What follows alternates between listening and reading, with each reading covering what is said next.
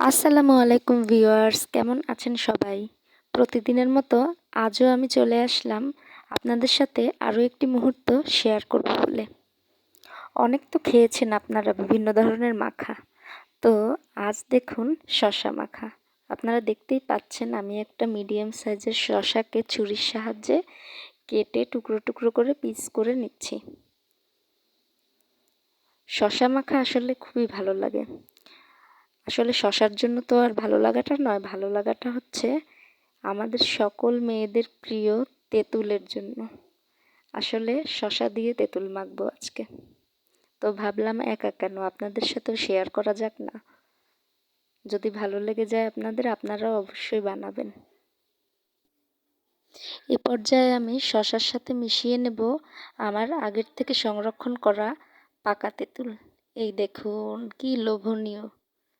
আসলে তেঁতুল দেখলে জিভে জল আসে না এমন লোকের অভাব। তো আমি কিছুটা পরিমাণ তেঁতুল নিয়ে নিচ্ছি এই কুচি করা শসাগুলোর সাথে।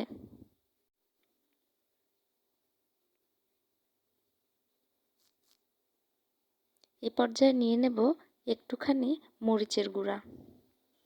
আসলে আমরা সবাই তো সমান পরিমাণ ঝাল খাই না, যার যেমন পছন্দ সে ঠিক ততটুকুই নিয়ে নেব মরিচের গুঁড়া। এবং অবশ্যই মোস্ট ইম্পর্টেন্ট, লবণ নিয়ে নিতে হবে। এখানে আমি আমার স্বাদ অনুযায়ী কিছু পরিমাণ লবণ যুক্ত করছি।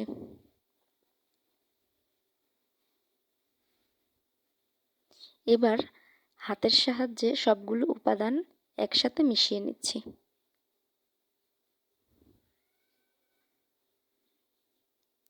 আসলে এই মাখাটা তৈরি করা একদম সহজ এবং এই তিনটা উপাদানই মোটামুটি আমাদের সকলের ঘরেই থাকে।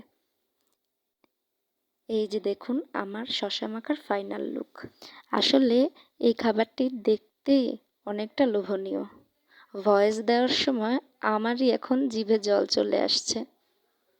আপনাদের কার কার সাথে এমনটা হচ্ছে কমেন্ট করে জানাবেন তো প্লিজ। তো ধন্যবাদ, চ্যানেলটিকে সাবস্ক্রাইব করে দিয়ে আমার পাশে থাকবেন।